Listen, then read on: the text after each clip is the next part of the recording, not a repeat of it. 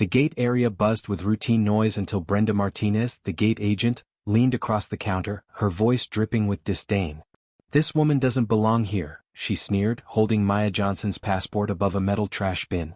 A match flared to life in Brenda's hand, the tiny flame reflecting in her eyes.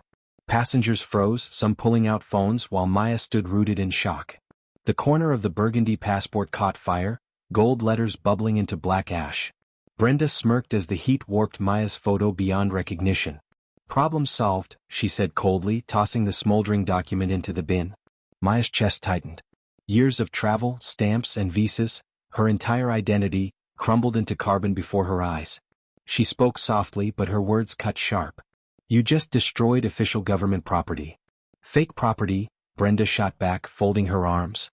"That's how we deal with frauds trying to sneak into first class." Phones were live streaming now.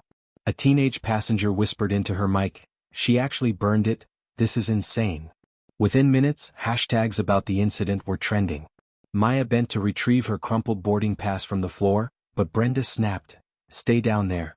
On your knees suits you better." Gasps rippled through the crowd. When Maya finally rose, her first-class ticket gleamed with a faint federal priority stamp. Still, Brenda waved off the growing outrage. Counterfeit. Obvious. Security arrived, drawn by the smoke. Officer Mike Torres eyed the ashes and assumed Maya was the culprit. "Ma'am, did you try to board with false papers?" "They were real," Maya answered calmly. "Sure," Brenda scoffed. "Real documents don't burn like napkins." Supporters and critics clashed among passengers, some siding with Brenda, others appalled. Maya's government phone buzzed urgently at her side, but she didn't answer. Her messenger bag shifted, and a faint glint of a chain attached to a hidden badge peeked out. More officials swarmed the gate. Brenda basked in the attention. "I've been spotting fakes for 15 years, she bragged. "This one's no different." But then the gate manager, Tom Rodriguez, leaned over the bin. He frowned at the charred fragments. "These seals look real. Too precise for counterfeits." The flame of doubt finally flickered in the crowd. A passenger in uniform muttered, "That's a government phone tone. I've heard it before." Brenda's face paled. Her confidence cracked when Officer Derek Carter demanded, "Ma'am, what ID do you actually have in your bag?" Maya's voice stayed level. "Federal identification." Hundreds of phones caught the moment as she slowly opened her credential wallet, placing it on the counter beside the ashes. The FAA emblem shone under the lights. Chief Inspector Maya Johnson, Federal Aviation Administration, Criminal Enforcement Division. A stunned silence swept the gate. Brenda's pen clattered to the floor. Her smirk was gone. Passengers stared, realizing what they had just witnessed. A federal agent's passport burned in front of thousands watching live. Maya's phone buzzed again. This time she answered. "Johnson here. Evidence confirmed. Multiple live recordings secured. Federal response team inbound." Brenda collapsed into a chair, whispering, "It looked fake. It had to be fake." But Maya's steady reply cut through the air. "Real documents look real because they are real. And you destroyed one, on camera, during a federal operation." The crowd erupted. What had begun as humiliation had transformed into a crime scene, and Brenda Martinez's career, and freedom, was vanishing into ash just like the passport she had torched. Patterns of systemic bias in airline check-in and security procedures had finally been exposed for what they were, decisions made on appearance rather than policy.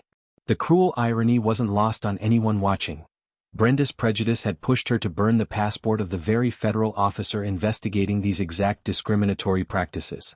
Tom studied Maya's credentials again, praying they might somehow be forged. But the holograms, seals, and identifiers were authentic beyond doubt. Every feature screamed official. "Ms. Martinez is to be taken into custody pending federal charges," Maya said, her voice controlled but sharp.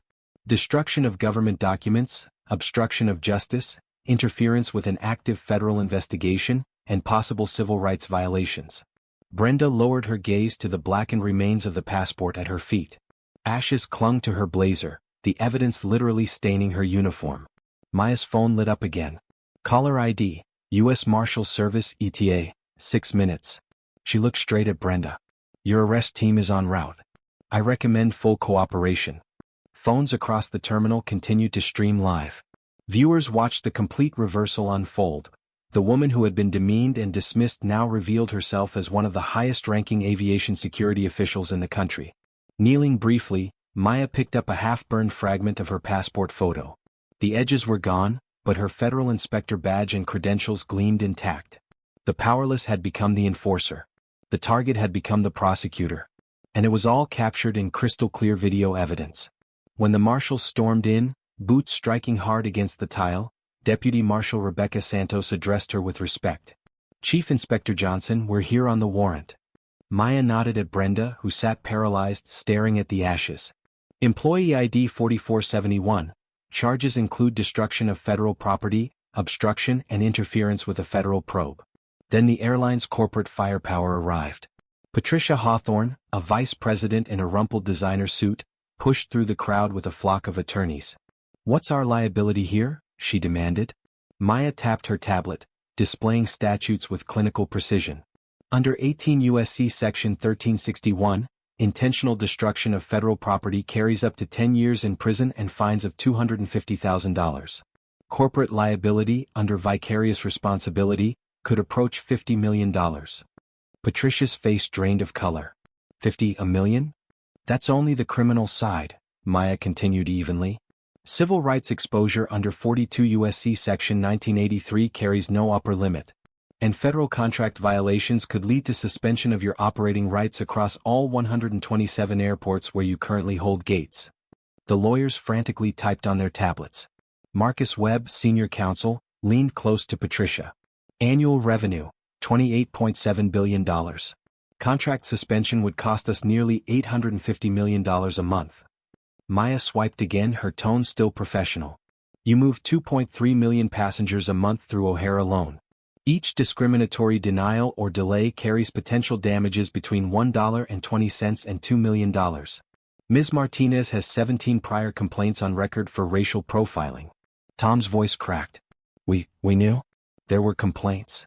17 documented cases in the last 14 months, Maya confirmed. All dismissed without action. That establishes a pattern of indifference. Patricia snatched the file from Tom, her lawyers scanning the pages in horror. Passenger reports of unfair questioning, repeated document challenges aimed only at travelers of color, discriminatory remarks. All ignored. This is deliberate corporate negligence, lead counsel muttered grimly. Just then the federal prosecutors entered. Assistant U.S. Attorney David Kim took the lead, and Maya briefed him quickly, her calm authority undeniable. Across the terminal, the airline's leadership stood silent, watching their empire tremble on the edge of collapse. 19 different video feeds. 800,000 live viewers. The evidence was overwhelming. Maya documented everything. Physical fragments secured, prior complaints establishing company awareness, and now the ashes of her federal ID spread across the floor.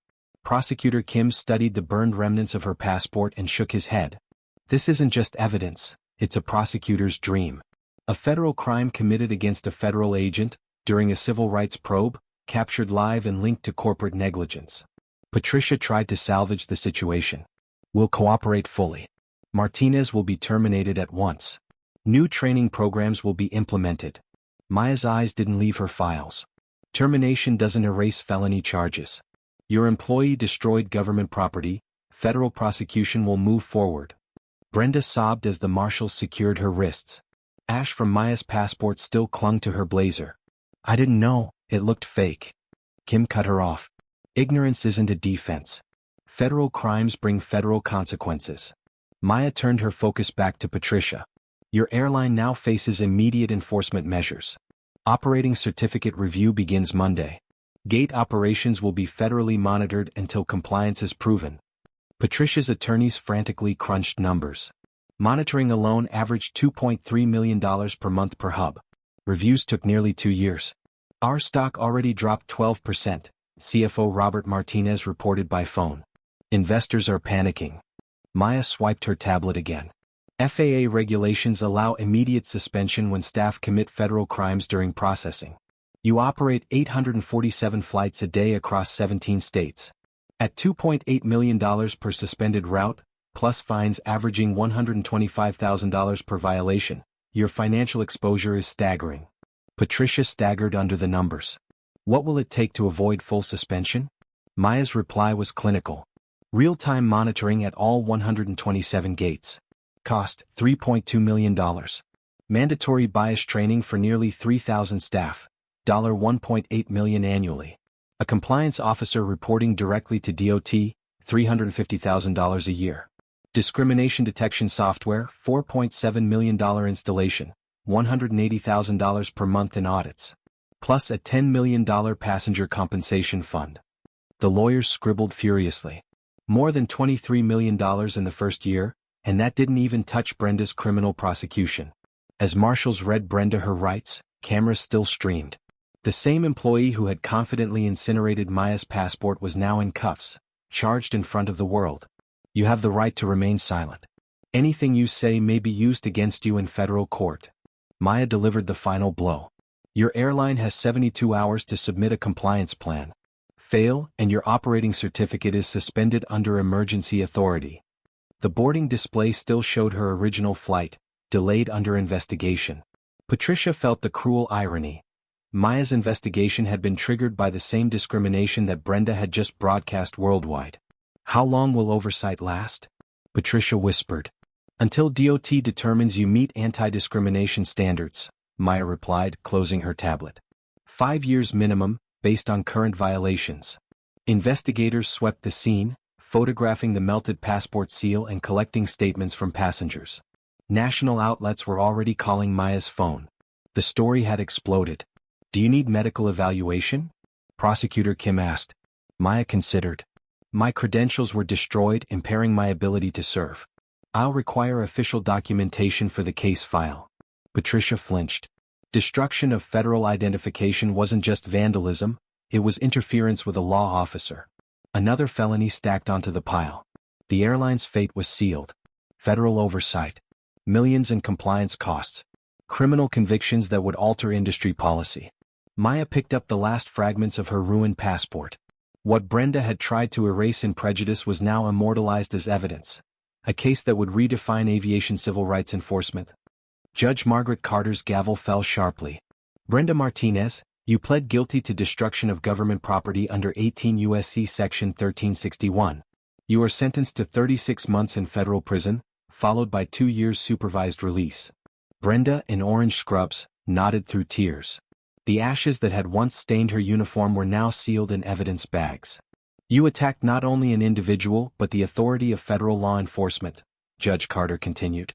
This court will not tolerate such conduct. In the gallery, Maya sat quietly, her new passport safe in her case. Identical to the one destroyed, yet stronger in what it now represented. Justice had not been revenge, it was reform enforced by law, documented for history. Outside the courthouse, cameras flashed as reporters pressed around Prosecutor Kim. With firm conviction he declared, this verdict delivers a powerful message. Federal agents investigating civil rights abuses cannot be attacked without consequence. Destroying federal property is not just vandalism, it carries serious federal penalties. In Washington, D.C., at the Department of Transportation headquarters, Secretary of Transportation Maria Rodriguez signed into law the groundbreaking Aviation Civil Rights Enhancement Act. Standing beside her, Maya watched as the historic moment was captured by national media. The new law required real-time monitoring of discrimination at every commercial aviation facility across the country. Secretary Rodriguez explained that AI-driven systems would now be deployed to detect bias in passenger interactions.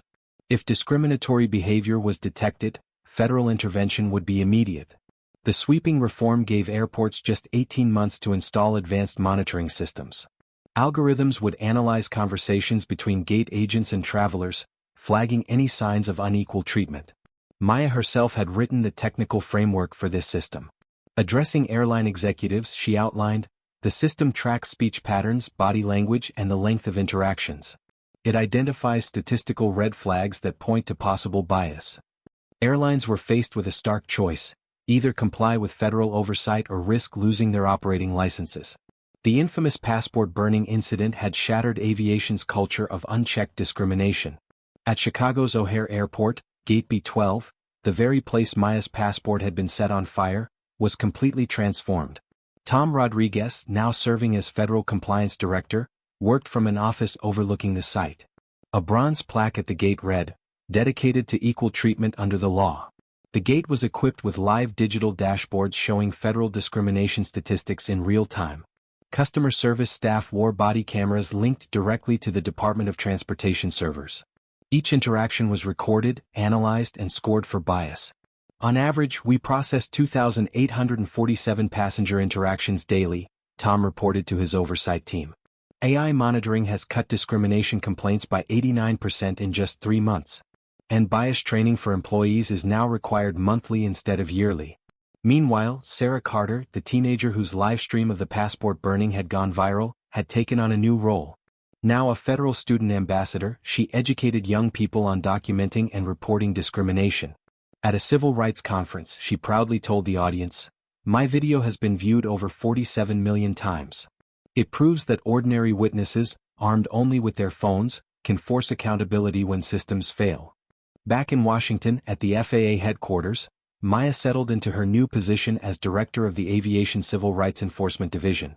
On her desk stood a framed photograph of her burned passport, a permanent reminder of how discrimination could strike anyone, even those sworn to uphold the law. Under her leadership, her division expanded from 12 investigators to 47, supported by a federal budget of $23 million. Reporting before Congress, Maya explained, "Since the O'Hare incident, we have documented 1,247 discrimination cases. Enforcement actions have generated $127 million in fines and compliance investments." What had begun as one act of bias had become the driving force for an industry-wide transformation. Airlines, once resistant, had been forced into sweeping compliance.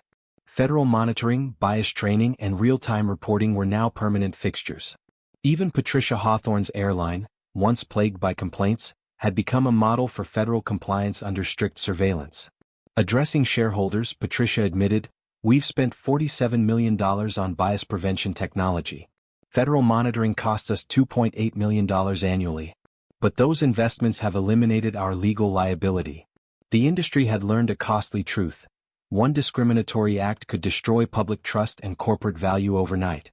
Brenda's passport burning had triggered hundreds of millions in compliance spending but had also stamped out decades of unchecked prejudice.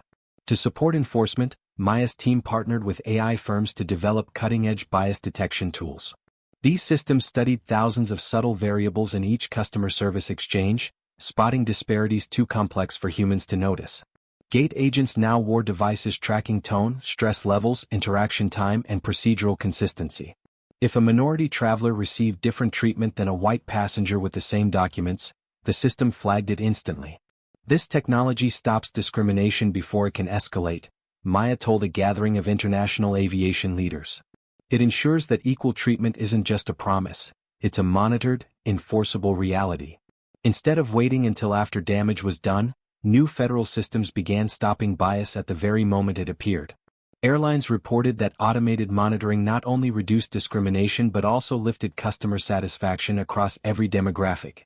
Once bias was stripped out of the process, service quality improved for everyone. The conviction of Brenda Martinez set an influential federal precedent. Civil rights investigators were now granted expanded protection under law, with discrimination against them classified as obstruction of justice carrying stronger penalties. United States versus Martinez has since been cited in more than 70 cases nationwide. Legal experts hailed it as a turning point that fortified civil rights enforcement across industries far beyond aviation. Maya refused personal compensation for the destruction of her passport, instead directing funds into a $2.3 million civil rights education program. The initiative funded anti-bias training in schools and local communities. Speaking at a civil rights summit, she reminded audiences, "My passport was destroyed but my authority remained intact." Individual incidents of bias can spark systemic change when they're documented and prosecuted properly. Soon, the O'Hare incident was being studied in classrooms, with Maya's calm, professional response serving as a model for how to confront injustice legally rather than discrimination. Complaints had dropped by 73%. While compliance investments were initially costly, airlines discovered that removing discriminatory delays streamlined passenger processing and boosted overall efficiency. Secretary Rodriguez noted, "The Martinez conviction permanently changed aviation culture. The fear of federal prosecution has ended practices that persisted for decades." The case attracted international attention. The European Union passed its own airline monitoring requirements, and United Nations Human Rights Commissioner Dr. Amara Okafor praised the O'Hare incident as proof that a single act of discrimination could ignite sweeping reform. Maya's burned passport photo became a global emblem of dignity, transforming injustice into lasting institutional change.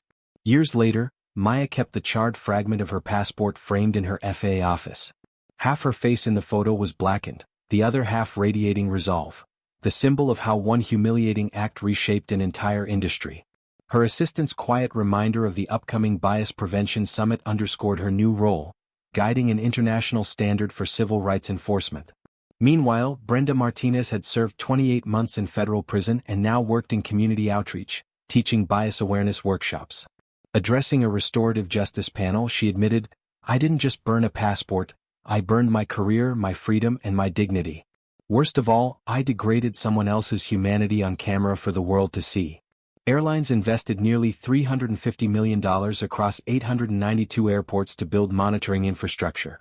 Federal systems now analyze 2.7 million daily passenger interactions, flagging issues in real time. Discrimination complaints in transportation dropped 84% since O'Hare. Service efficiency rose as equal treatment became the standard. Sarah Carter, the teen whose livestream exposed the incident, grew into a national activist, leading the Student Documentation Network to train youth in safely recording and reporting bias. "My phone video didn't just convict someone," she explained. "It helped change an entire industry." Maya's methods expanded well beyond aviation. Her protocols for documenting evidence and preserving composure became standard practice in healthcare, banking, retail, and government offices. At an international conference, she reflected, "Quiet authority is more powerful than loud anger.